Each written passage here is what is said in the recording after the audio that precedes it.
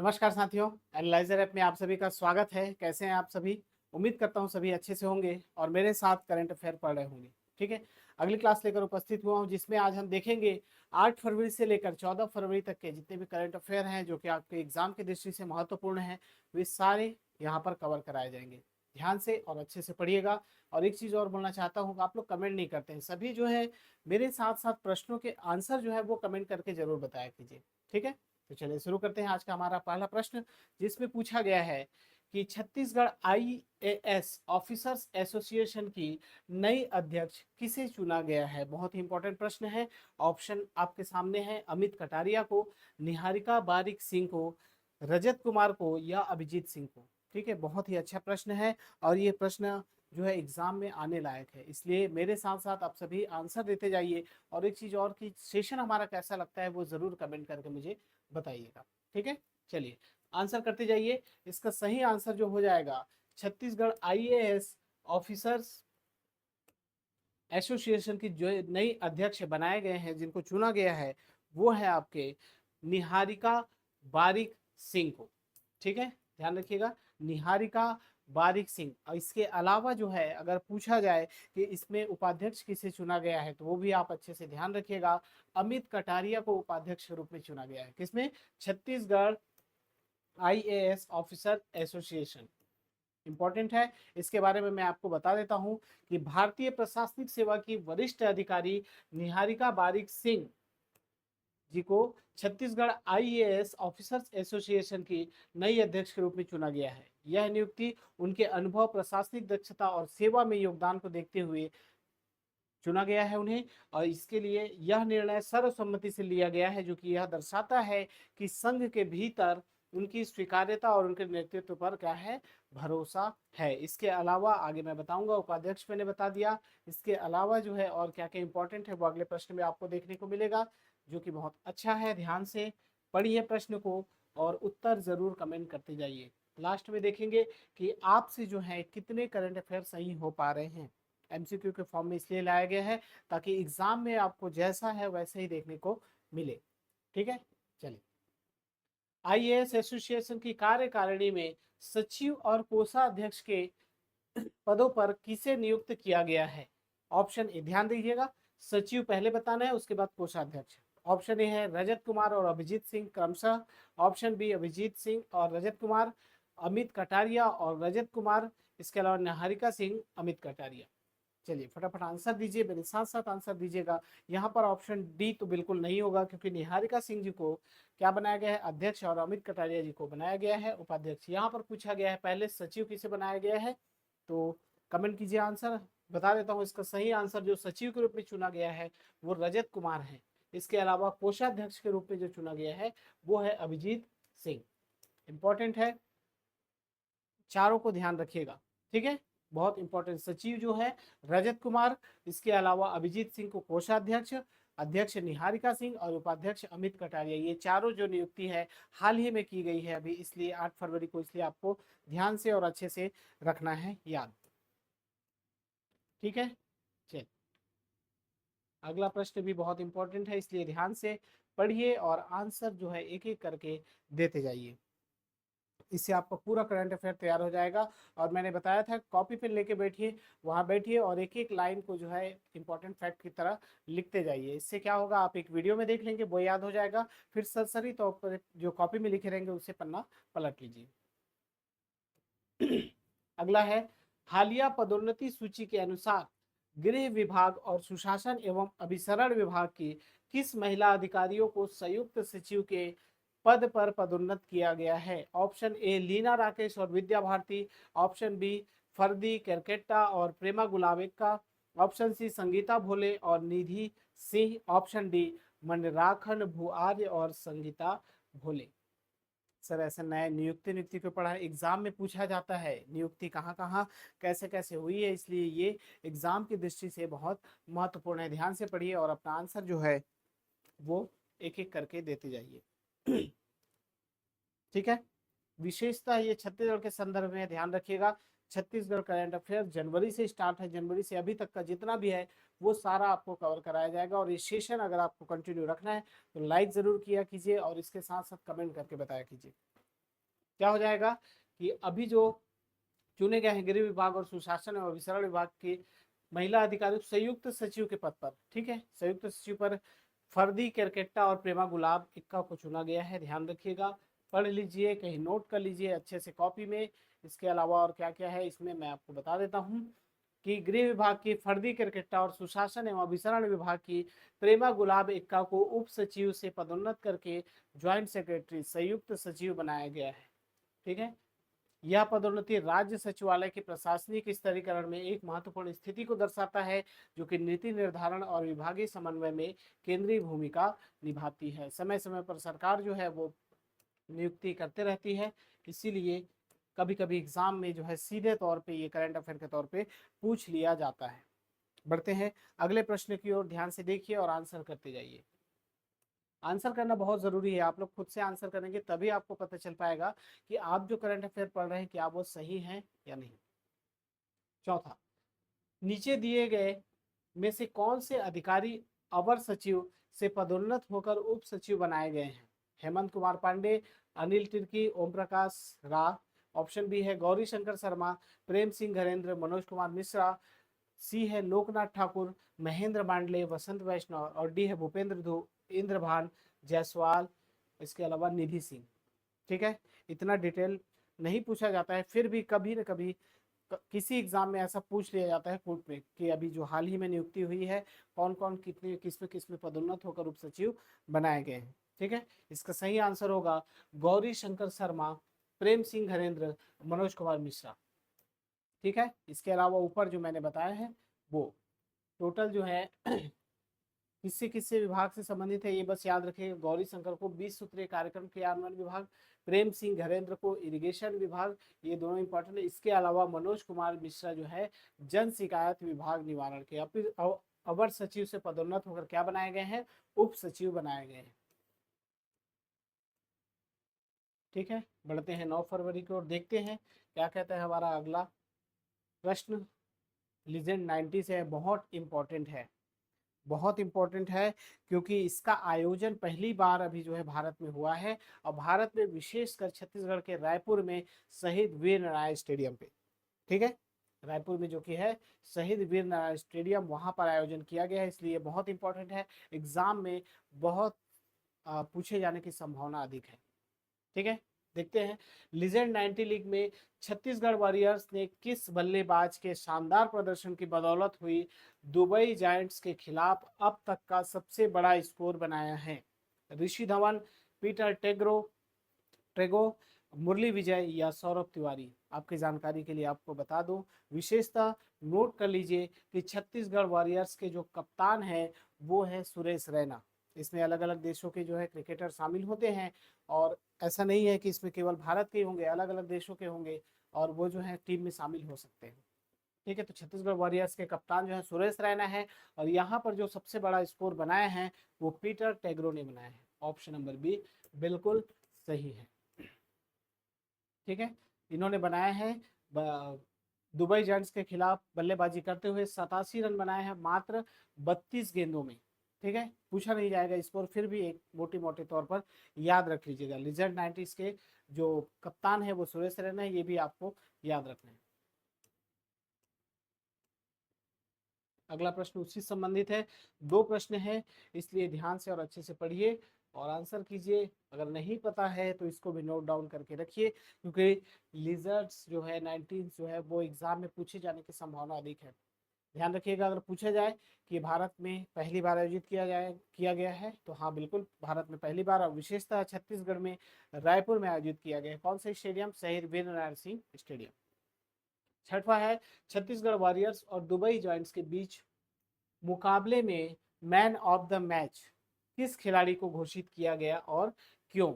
Option A Peter ट्रेगो सर्वोच्च score के लिए, ऑप्शन बी ऋषि धवन ऑलराउंडर प्रदर्शन 50 रन और 5 विकेट के लिए, ऑप्शन सी मुरली विजय किफायती गेंदबाज के लिए, या ऑप्शन डी आदित्य शर्मा कप्तानी योगदान के लिए?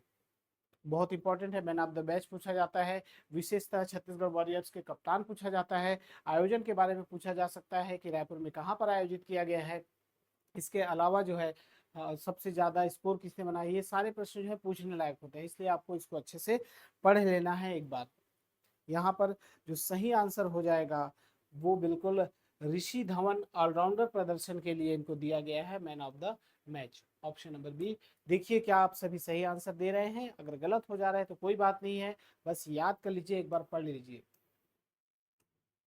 ऋषि धवन को उनके ऑलराउंडर प्रदर्शन के लिए इस मुकाबले का मैन ऑफ द मैच चुना गया है। उन्होंने न केवल 50 रन बनाए हैं बल्कि गेंदबाजी में 3 विकेट लिए हैं।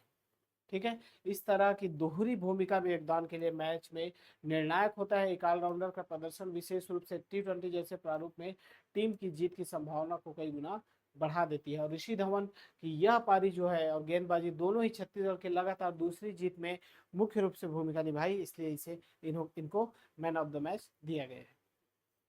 चलिए बढ़ते हैं, अगला प्रश्न बहुत इंपॉर्टेंट जो कि महाकुंभ से संबंधित है, आयोजन। अच्छा, एक चीज आप सभी को पता है, कुंभ और महाकुंभ में क्या अंतर होता है? ठीक है, कुंभ और महाकुंभ में क्या अंतर होता है मुझे कमेंट करके आप सभी बताएंगे। ठीक है, चल, और कितने वर्षों में कुंभ या महाकुंभ आयोजित होता है ये भी आपको बताना है। सातवां प्रश्न, महाकुंभ के लिए बढ़ती भीड़ को देखते हुए रेलवे ने विशाखापट्टनम के किस गंतव्य के लिए विशेष ट्रेन चलाई है और यह किस तारीख को चलेगी? विशाखापट्टनम दिल्ली स्पेशल ट्रेन 10 और 15 फरवरी। बी विशाखापट्टनम गोरखपुर कुंभ मेला स्पेशल 10 और 22 फरवरी। सी विशाखापट्टनम प्रयागराज तीर्थ स्पेशल 11 और 20 फरवरी। और डी है विशाखापट्टनम बरेली इंटरसिटी स्पेशल 9 और 23 फरवरी। आप पूछेंगे सर कि ये छत्तीसगढ़ के संदर्भ में कैसे इंपॉर्टेंट है? इसलिए इंपॉर्टेंट है क्योंकि ये सारे जो ट्रेन है वो छत्तीसगढ़ से होते हुए जाएंगे, जो कि कुंभ के लिए चालू की गई है। ठीक है, आपकी जानकारी के लिए बता दो कि कुंभ का आयोजन जो है वो 12 वर्षों में होता है, और 12 बार अगर कुंभ आयोजित हो जाए उसके बाद 144 वर्षों में महाकुंभ का आयोजन किया जाता है। ठीक है, चलिए इसका सही आंसर हो जाएगा सातवां का कि विशाखापट्टनम गोरखपुर कुंभ मेला स्पेशल जो है 10 से 22 फरवरी तक जो है शुरू की गई है। बिल्कुल ऑप्शन नंबर बी सही है। देखते हैं कितने लोग सही आंसर दे पाते हैं, कमेंट करके मुझे बताइए। ट्रेन याद रखिएगा इसलिए क्योंकि ये छत्तीसगढ़ से होके जाती है। ठीक है, और ये 10 से 22 फरवरी को चलेगी।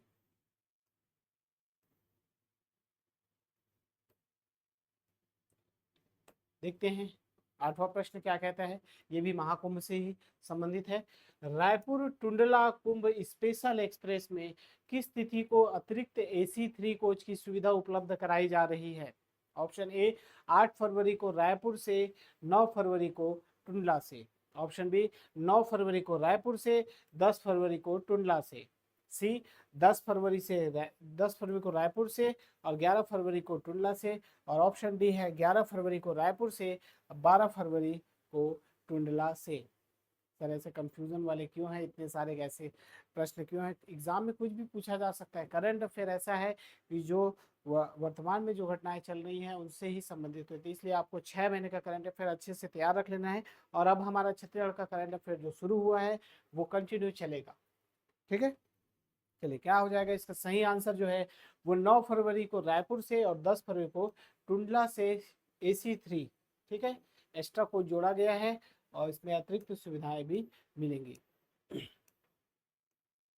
क्यों जोड़ा गया है? भीड़ को देखते हुए। ठीक है, महाकुंभ में जो भीड़ लग रही है उसके लिए ये जो है स्पेशल व्यवस्था की गई है AC3 कोच की। बढ़े अगले प्रश्न की ओर, जल्दी जल्दी इसलिए कर रहा हूँ ताकि ज़्यादा से ज़्यादा करंट अफेयर तैयार हो सके। कॉपी में आप लोग नोट डाउन करते जाइए, और ऐसा नहीं है कि फटाफट आंसर दिया कीजिए, लेट बिल्कुल नहीं करना है। नौवां है, उत्तराखंड नेशनल गेम्स में छत्तीसगढ़ की महिला टीम को मॉडर्न पैटाथलॉन के किस इवेंट में सिल्वर मेडल मिला है? Option A indoor shooting, option B triathlon जिसमें शूटिंग, दौड़, तैराकी, option C indoor track and field, option D relay race और तैराकी संयुक्त। उत्तराखंड नेशनल गेम कितने नंबर का नेशनल गेम है? 38वें नंबर का है, याद रखना है। कहाँ आयोजित किया जा रहा है? तो अल्मोड़ा उत्तराखंड। ठीक है, ये इंपॉर्टेंट फैक्ट है इसलिए आपको याद रखना जरूरी है। यहाँ पर सिल्वर मेडल किनको मिला है? महिला टीम को मॉडर्न पैटाथलॉन के किस इवेंट में दिया गया है? तो याद रखिएगा उसमें शामिल है ट्राइथलॉन, जिसमें शूटिंग, दौड़ और तैराकी तीनों शामिल हैं। ऑप्शन नंबर बी बिल्कुल सही होगा। छत्तीसगढ़ की महिला टीम ने उत्तराखंड नेशनल गेम्स में मॉडर्न पेटाथलॉन की ट्राइथलॉन इस प्रतिस्पर्धा, जिसमें शूटिंग, दौड़ और तैराकी, पूछा जा सकता है एग्जाम में कि ट्राइथलॉन पेटाथलॉन की ट्राइथलॉन प्रतिस्पर्धा में कौन कौन से खेल शामिल हैं। तो याद रखिएगा शूटिंग, दौड़ और तैराकी। इसमें जो है सिल्वर मेडल हासिल किया है। यह इवेंट एक समग्र एथलेटिक परीक्षा है जो खिलाड़ियों की बहु क्षमता को परखता है। कौन कौन है? तो छत्तीसगढ़ की टीम में याद रखिएगा एक तो है मोनिका साहू जो कि कबीरधाम से है, कवर्धा से। और एग्जाम में ऐसा भी पूछा जा सकता है कि मोनिका साहू किस जिले के निवासी हैं, अक्सर करके ये आता है एग्जाम में। इसके अलावा दिलेश्वरी और चंद्रकला ओझा ये दोनों दुर्ग से शामिल हुए थे। ठीक है, तो कहीं पर नोट डाउन करते रहिए। बिना कॉपी पेन के तो बिल्कुल पढ़ने मत बैठिए भाई, कॉपी पेन लेके बैठिए ताकि आप जो पढ़ रहे हैं वो याद होते जाए, और इसके अलावा जब दोबारा रिवाइज करें तो उसको पलट सके। 10वां देखते हैं क्या कहते हैं। छत्तीसगढ़ की महिला ट्राइथलॉन टीम के सिल्वर मेडल जीतने के दौरान कौन से अधिकारी मौके पर उपस्थित हुए थे? ठीक है, ऑप्शन ए है खेल मंत्री और ओलंपिक संघ सचिव, ऑप्शन बी सेफ डिमिशन सही राम जाखड़ और deputy safe Prashant Singh Raghuvanshi, option C भारतीय ओलंपिक संघ अध्यक्ष और उपाध्यक्ष, ऑप्शन डी उत्तराखंड राज्यपाल और राष्ट्रीय खेल परिषद के प्रतिनिधि। ठीक है, ऐसा एग्जाम में कभी कभार पूछा जाता है, इसलिए इसको भी याद रखिएगा। जब इस ये जो है सिल्वर मेडल जीतने के दौरान जो अधिकारी उपस्थित थे वो शेफ डी मिशन सही राम जाखड़ और डिप्टी से प्रशांत सिंह रघुवंशी। सेफ डिमिशन क्या होता है? एक प्रकार का एम्पायर है। ठीक है, एम्पायर मान सकते हैं, जो निर्णायक होते हैं वो उनको कहा जाता है सेफ डी मिशन। ऑप्शन नंबर बी 10 का बिल्कुल सही है। जिन्होंने बी आंसर दिया है वो बिल्कुल सही है। अच्छे से और ध्यान से प्रश्न को पढ़ने के बाद उत्तर दिया कीजिए।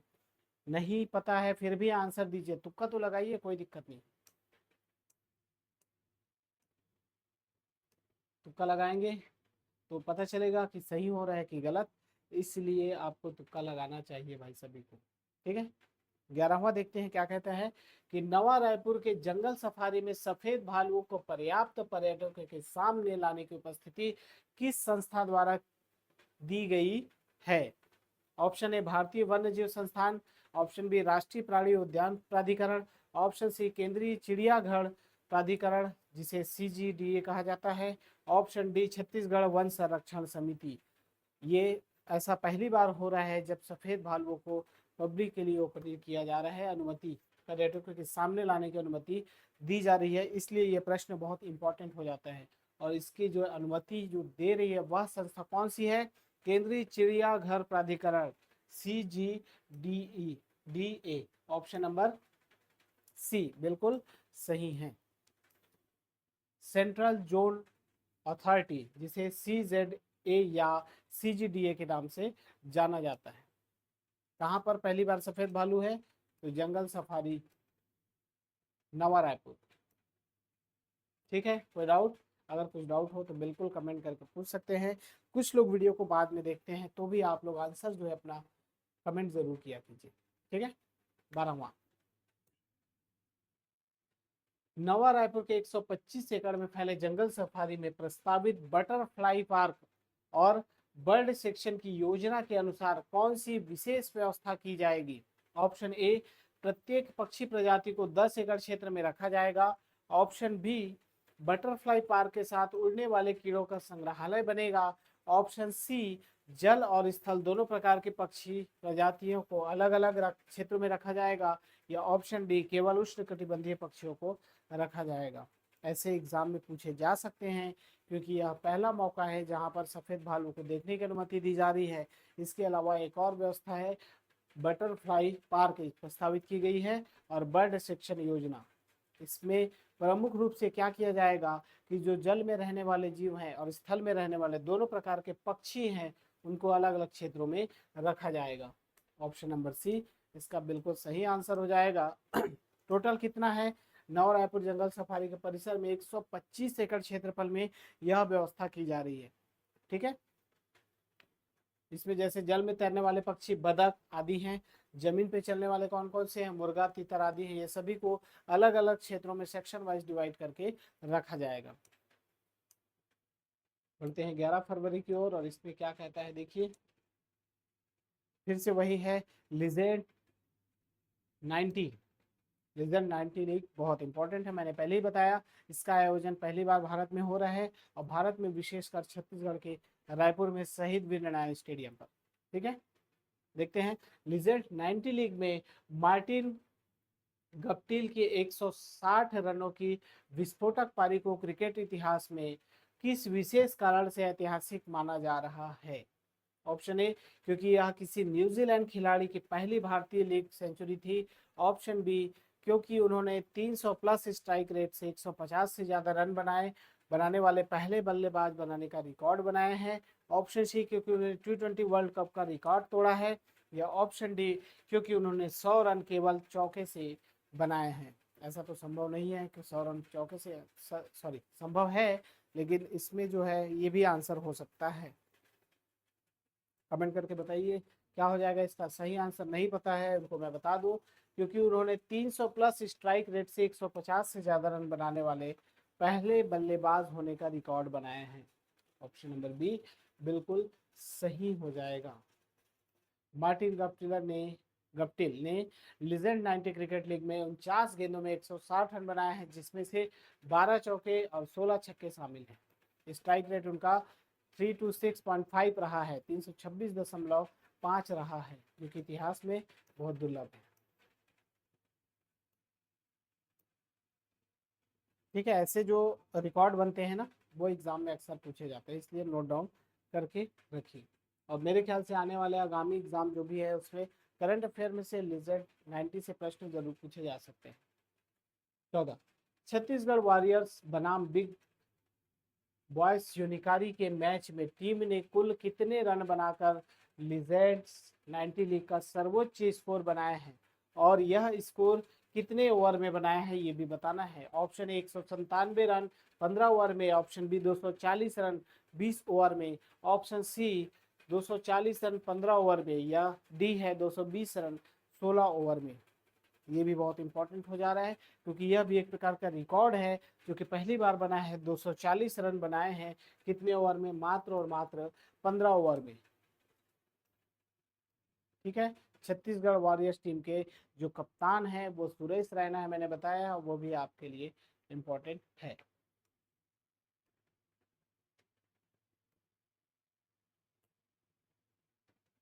अगला भी बहुत इंपॉर्टेंट है, इसलिए ध्यान से और अच्छे से पढ़िए। क्या कहते हैं 15वां प्रश्न, मुख्यमंत्री विष्णुदेव साय ने पोलैंड के संसदीय प्रतिनिधि मंडल को छत्तीसगढ़ में निवेश के लिए किस क्षेत्र पर विशेष रूप से आमंत्रित किया है। आईटी और स्टार्टअप, खनिज वन संपदा और पर्यटन, कृषि और पशुपालन, या फिर स्वास्थ्य और शिक्षा। सबसे ज्यादा छत्तीसगढ़ में क्या पाई जाती है, मुख्य रूप से यहाँ पर खनिज संसाधन पाए जाते हैं, और इसी के लिए उन्हें आमंत्रण मिला है। तो यहाँ पर ऑप्शन नंबर बी हो जाएगा, खनिज वन संपदा और पर्यटन। मुख्यमंत्री विष्णुदेव साय ने पोलैंड के विदेशी मामले की संसदीय समिति के प्रतिनिधि मंडल को छत्तीसगढ़ की खनिज संपदा, वन आधारित संसाधन और पर्यटन की विशेषताओं के बारे में अवगत कराते हुए उन्हें उद्योग के लिए आमंत्रित किया है।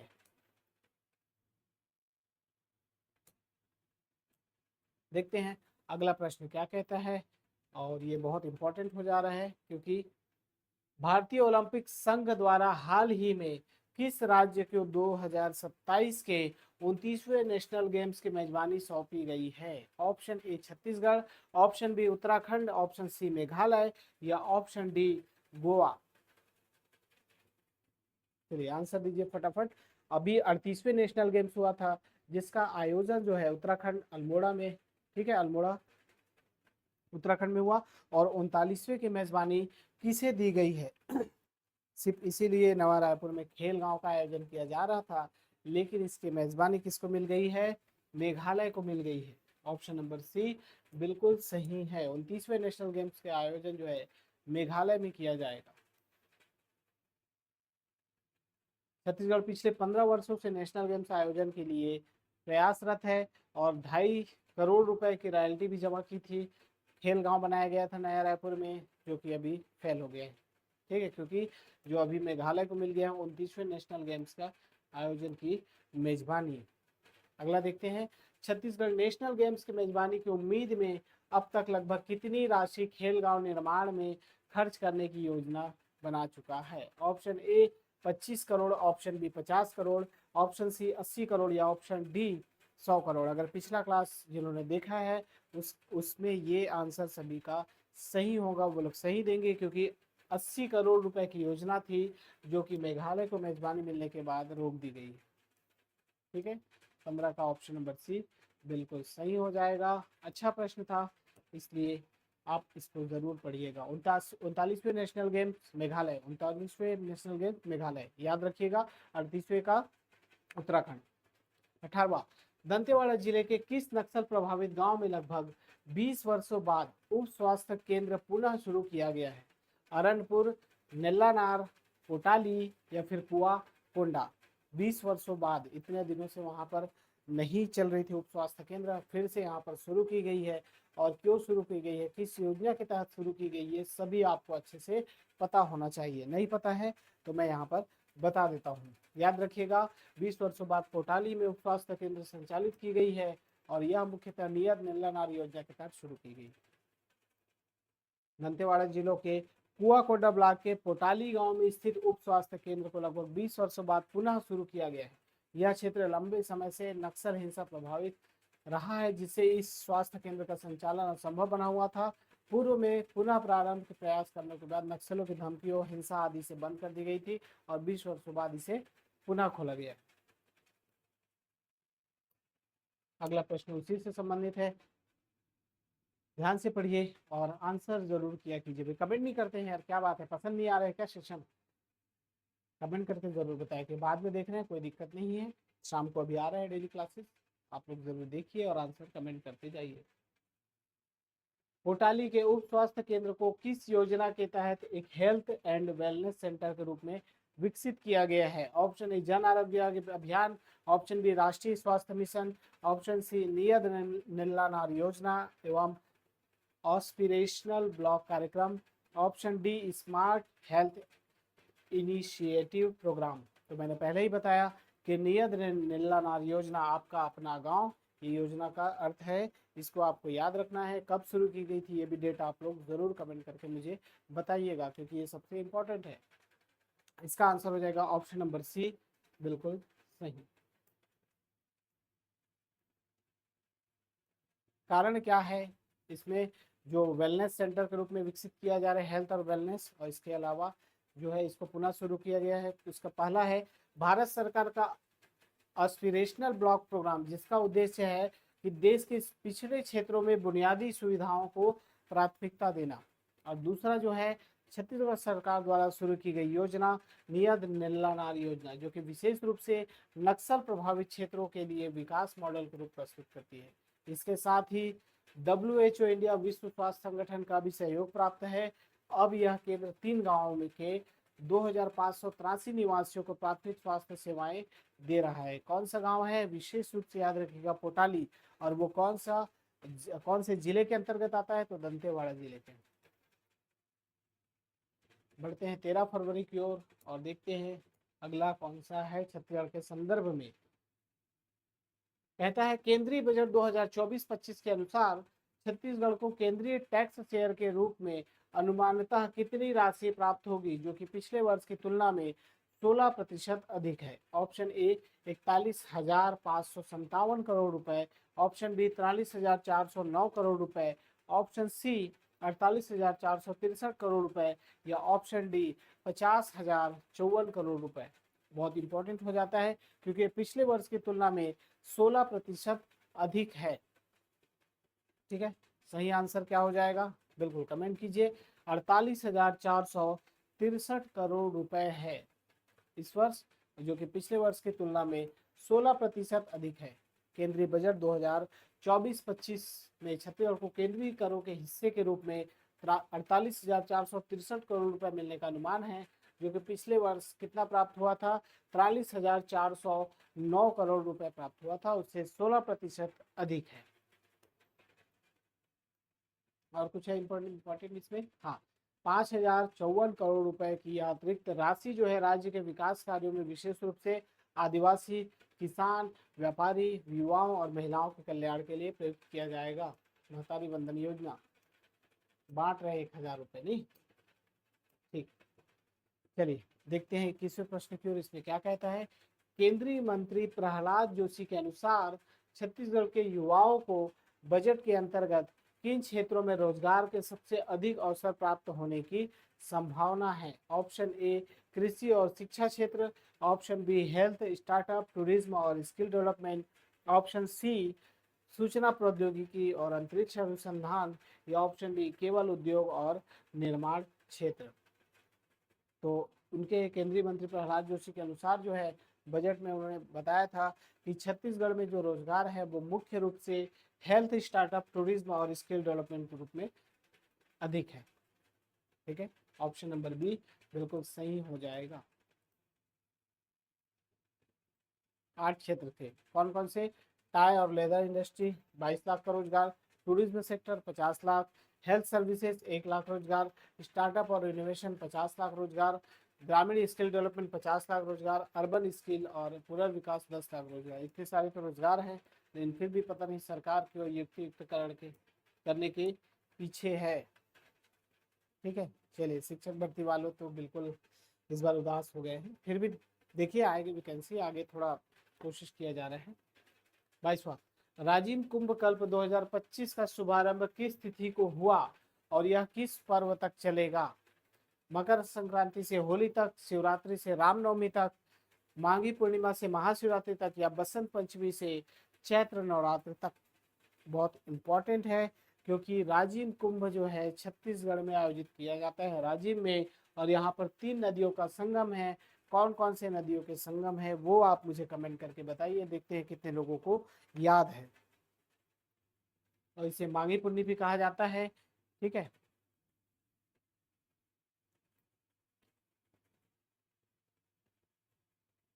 बिल्कुल माघ पूर्णिमा, माघी पूर्णिमा माघ पूर्णिमा से लेकर शिवरात्रि तक चलता है। Option number C,